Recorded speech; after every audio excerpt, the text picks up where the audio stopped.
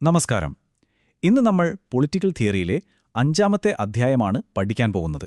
ചാപ്റ്ററിന്റെ പേര് റൈറ്റ്സ്, അതായത് അവകാശങ്ങൾ. നമ്മുടെയെല്ലാം ജീവിതത്തിൽ വളരെ പ്രധാനപ്പെട്ട ഒരു വിഷയമാണിത്. അപ്പോൾ എന്തിനാണ് നമ്മൾ ഈ ചാപ്റ്റർ പഠിക്കുന്നത്? ഒന്നാമത്തെ കാര്യം, നിങ്ങളുടെ പരീക്ഷയ്ക്ക് ഇത് വളരെ പ്രധാനപ്പെട്ടതാണ്. ഉറപ്പായും ഇതിൽ നിന്ന് ഡെഫിനിഷൻസ് ചോദിക്കും, പലതരം അവകാശങ്ങൾ തമ്മിലുള്ള വ്യത്യാസം ചോദിക്കും. പിന്നെ പരീക്ഷയുടെ കാര്യം മാത്രമല്ല, ഒരു ജനാധിപത്യ രാജ്യത്ത് ജീവിക്കുന്ന നമുക്ക് നമ്മുടെ പങ്ക് എന്താണെന്ന് മനസ്സിലാക്കാൻ ഈ പാഠം സഹായിക്കും.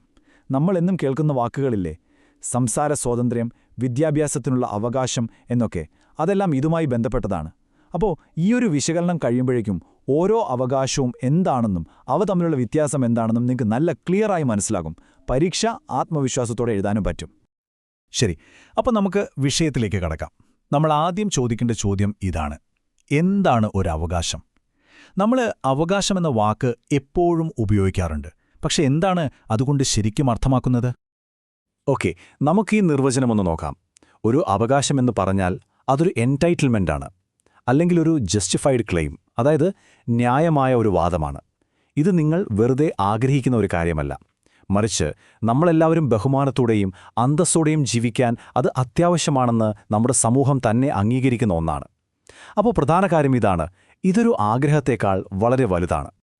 ഈ സ്ക്രീനിലെ ഉദാഹരണം നോക്കൂ. ഇത് ആ വ്യത്യാസം ശരിക്കും വ്യക്തമാക്കും. ഒരു ഭാഗത്ത് എൻ്റെ ആഗ്രഹം, അതായത് വാട്ട് ഐ വാണ്ട്, ഉദാഹരണത്തിന് എനിക്കിഷ്ടമുള്ള ഏത് വസ്ത്രവും സ്കൂളിൽ ധരിക്കണം, അതൊരു ആഗ്രഹമാണല്ലേ.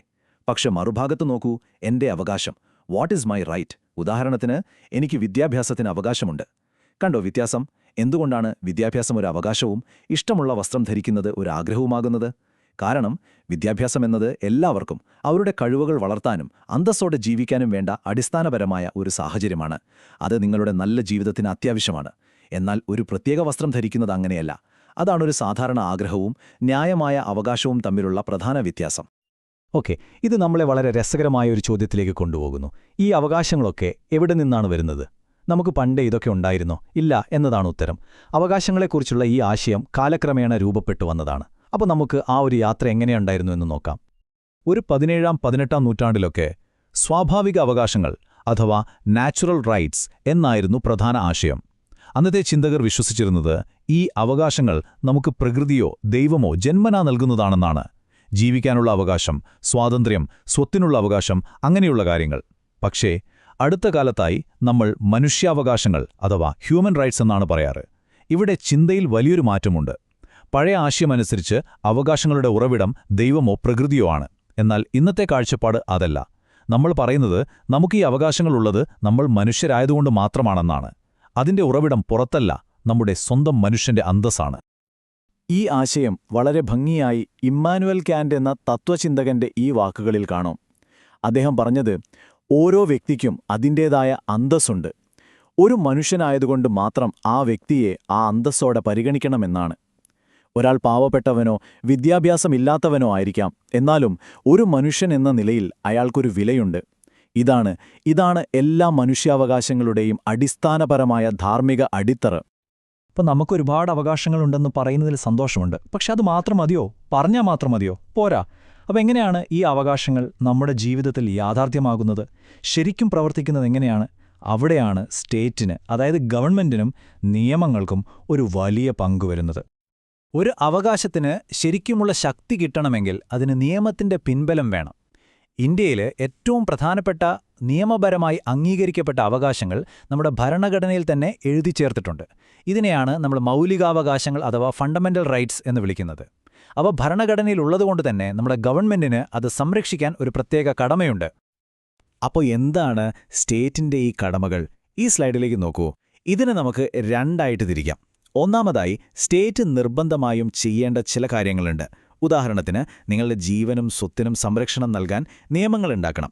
രണ്ടാമതായി, സ്റ്റേറ്റ് ചെയ്യാൻ പാടില്ലാത്ത ചില കാര്യങ്ങളുണ്ട്.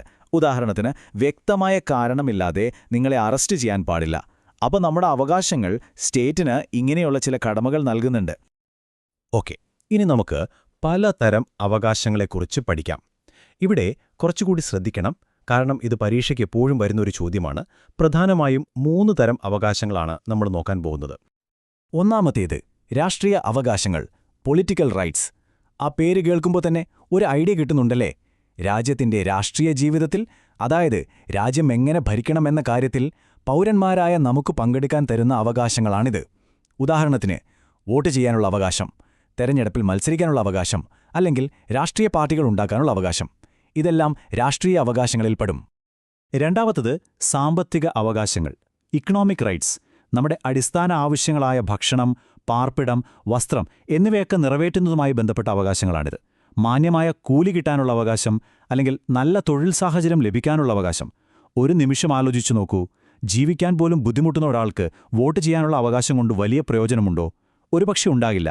അതുകൊണ്ടാണ് സാമ്പത്തിക അവകാശങ്ങൾ ഇത്ര പ്രധാനപ്പെട്ടതാകുന്നത്. മൂന്നാമത്തെ വിഭാഗമാണ് സാംസ്കാരിക അവകാശങ്ങൾ, കൾച്ചറൽ റൈറ്റ്സ്. ഇത് നമ്മളെ സ്വന്തം ഭാഷയും സംസ്കാരവും സംരക്ഷിക്കാനുള്ള അവകാശത്തെക്കുറിച്ചാണ് പറയുന്നത്. ഉദാഹരണത്തിന്, നിങ്ങളുടെ മാതൃഭാഷയിൽ പ്രാഥമിക വിദ്യാഭ്യാസം നേടാനുള്ള അവകാശം, അല്ലെങ്കിൽ നിങ്ങളുടെ സംസ്കാരം പ്രോത്സാഹിപ്പിക്കാൻ സ്ഥാപനങ്ങൾ തുടങ്ങാനുള്ള അവകാശം. ഇതെല്ലാം സാംസ്കാരിക അവകാശങ്ങളുടെ ഉദാഹരണങ്ങളാണ്. ശരി, അപ്പം നമ്മൾ നമ്മുടെ അവകാശങ്ങളെക്കുറിച്ച് ഒരുപാട് സംസാരിച്ചു. പക്ഷേ ഈ നാണയത്തിന് ഒരു മറുവശം കൂടിയുണ്ട്. അവകാശങ്ങൾക്കൊപ്പം ഉത്തരവാദിത്തങ്ങളും വരുന്നുണ്ട്. ഇത് വളരെ പ്രധാനപ്പെട്ട ഒരു പോയിന്റാണ്. അവകാശങ്ങൾ ഒരിക്കലും പരിധിയില്ലാത്തവയല്ല, അവ ആബ്സല്യൂട്ട് അല്ല. അപ്പോൾ സ്വാഭാവികമായും ഒരു ചോദ്യം വരും, അല്ലേ? എന്റെ അവകാശങ്ങളും നിങ്ങളുടെ അവകാശങ്ങളും തമ്മിൽ ഒരു ഏറ്റുമുട്ടലുണ്ടായാൽ എന്തു ചെയ്യും? നമുക്ക് സ്ക്രീനിലെ ഉദാഹരണം നോക്കാം. എനിക്ക് എൻ്റെ അഭിപ്രായ സ്വാതന്ത്ര്യമുണ്ട്, അല്ലേ? അതുകൊണ്ട് എനിക്ക് ഫോട്ടോ എടുക്കാം.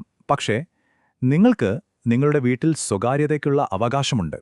അപ്പോൾ ഞാൻ നിങ്ങളുടെ അനുവാദമില്ലാതെ നിങ്ങളുടെ വീട്ടിൽ വെച്ച് നിങ്ങളുടെ ഫോട്ടോ എടുക്കാൻ തുടങ്ങിയാൽ എൻ്റെ അവകാശം നിങ്ങളുടെ അവകാശവുമായി കൂട്ടിയിടിക്കുകയാണ്. അപ്പോൾ നമ്മൾ എന്ത് ചെയ്യണം? നമ്മൾ ഈ അവകാശങ്ങളെ ബാലൻസ് ചെയ്യണം. ഇവിടെയാണ് ആ പഴയ ചൊല്ല് ഓർക്കേണ്ടത്. എൻ്റെ കൈ വീശാനുള്ള സ്വാതന്ത്ര്യം നിങ്ങളുടെ മൂക്കിൻ്റെ തുമ്പത്ത് അവസാനിക്കുന്നു. എൻ്റെ അവകാശങ്ങൾ നിങ്ങളുടെ അവകാശങ്ങളെ ലംഘിക്കാൻ ഉപയോഗിക്കാൻ പാടില്ല. അപ്പോൾ പൗരന്മാരെന്ന നിലയിൽ നമ്മുടെ പ്രധാന ഉത്തരവാദിത്തങ്ങൾ എന്തൊക്കെയാണ്?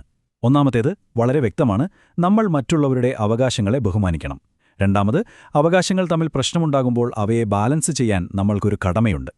മൂന്നാമത്, നമ്മൾ പൊതുവായ നന്മയെക്കുറിച്ച് ചിന്തിക്കണം. ഉദാഹരണത്തിന്, എല്ലാവർക്കും വേണ്ടി പരിസ്ഥിതിയെ സംരക്ഷിക്കുന്നത്. അവസാനമായി, നമ്മൾ ജാഗ്രതയോടെ ഇരിക്കണം. നമ്മുടെയും മറ്റുള്ളവരുടെയും അവകാശങ്ങൾ സംരക്ഷിക്കപ്പെടുന്നുണ്ടോ എന്ന് എപ്പോഴും ശ്രദ്ധിക്കണം. ഓക്കെ, ഇനിയൊരു ചെറിയ ടിപ്പ്. പരീക്ഷയിൽ കുട്ടികൾ സാധാരണ വരുത്തുന്ന ഒരു തെറ്റിനെക്കുറിച്ച് പറയാം. ഈ ഭാഗത്ത് നിങ്ങൾ മാർക്ക് കളയരുത്, അതുകൊണ്ട് ശ്രദ്ധിച്ചു കേൾക്കണം. ആ തെറ്റ് എന്താണെന്ന് വെച്ചാൽ, അവകാശങ്ങൾക്ക് ഒരു പരിധിയുമില്ല എന്ന് ചിന്തിക്കുന്നതാണ്. നിങ്ങൾക്ക് എന്തും ചെയ്യാമെന്ന് കരുതുന്നത്. അത് തെറ്റായ സമീപനമാണ്. ശരിയായ രീതിയിൽ ചിന്തിക്കേണ്ടത് ഇങ്ങനെയാണ്: എല്ലാവർക്കും തുല്യ അവകാശങ്ങൾ എന്ന തത്വം കൊണ്ട് എൻ്റെ അവകാശങ്ങൾ പരിമിതമാണ്. സിമ്പിളല്ലേ? എൻ്റെ അവകാശം മറ്റൊരാളുടെ അവകാശത്തെ ഇല്ലാതാക്കാൻ ഉപയോഗിക്കാൻ പാടില്ല. ഈ ഒരൊറ്റ ആശയം മനസ്സിൽ വെച്ചാൽ മതി, നിങ്ങൾക്ക് തെറ്റില്ല. ശരി, നമ്മൾ ഏകദേശം അവസാനിക്കാറായി. നമുക്കൊരു അവസാനവട്ട റിവിഷൻ നടത്താം, പരീക്ഷയുടെ തലേദിവസം ചെയ്യുന്നതുപോലെ. ഈ പാഠത്തിലെ ഏറ്റവും പ്രധാനപ്പെട്ട കാര്യങ്ങൾ ഒന്നുകൂടി പറയാം.